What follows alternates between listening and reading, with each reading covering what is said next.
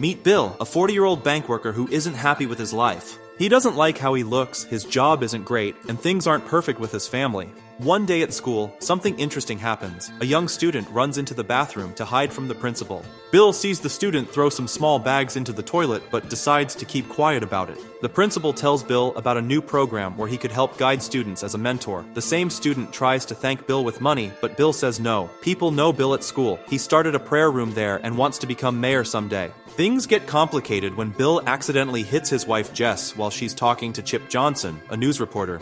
Bill doesn't like how friendly Jess is being with Chip, someone she just met. At work, Bill's life isn't easy either. He works at his father-in-law's bank, but nobody takes him seriously. He really wants to open his own donut shop and asks his father-in-law to help pay for it. But his father-in-law says no, thinking Americans don't want to eat donuts anymore.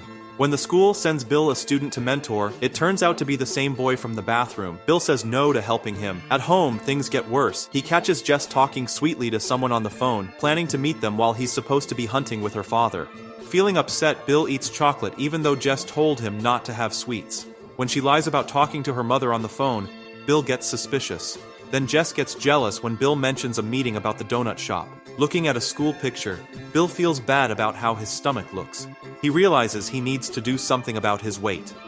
One morning, Bill tries talking to Jess about starting their own business, but Jess only trusts her father with money matters, not Bill.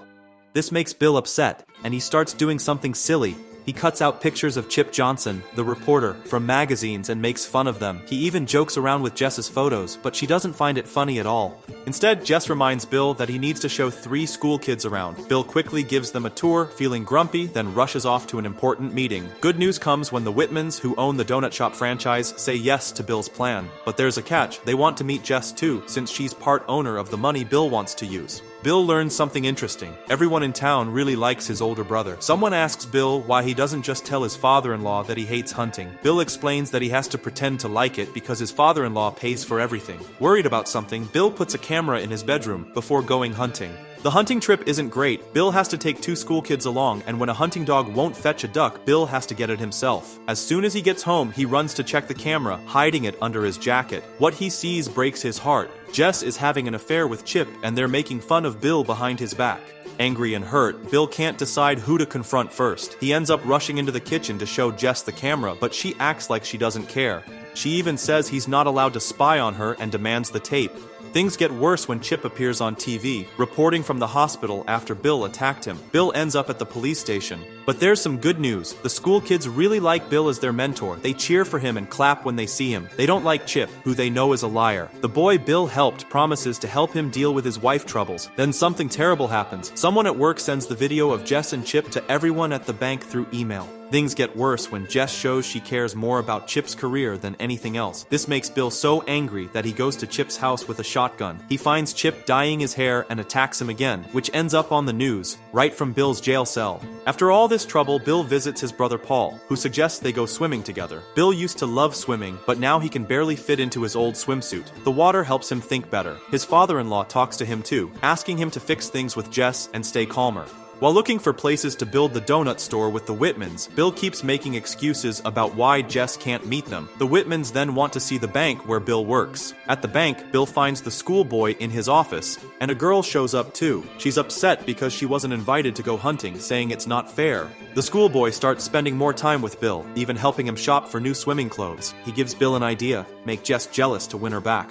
Bill starts watching Jess and Chip with binoculars, and looks at other women too. But his spying doesn't work out well. Jess spots his belly sticking out from behind some bushes. She gets mad and throws his clothes out in a garbage bag. Bill decides to try something new. He'll dye his hair just like Chip does. He keeps swimming, and the schoolboy swims with him. Looking in the mirror one day, Bill makes a big decision. He shaves off his chest hair. Then something amazing happens. When he opens a chocolate bar, instead of eating it, he throws it away with all his other sweets. As Bill plans to buy new clothes, his young friend comes up with a plan. He wants to pay a girl named Lucy $100 to pretend to be Bill's girlfriend, just to make Jess jealous.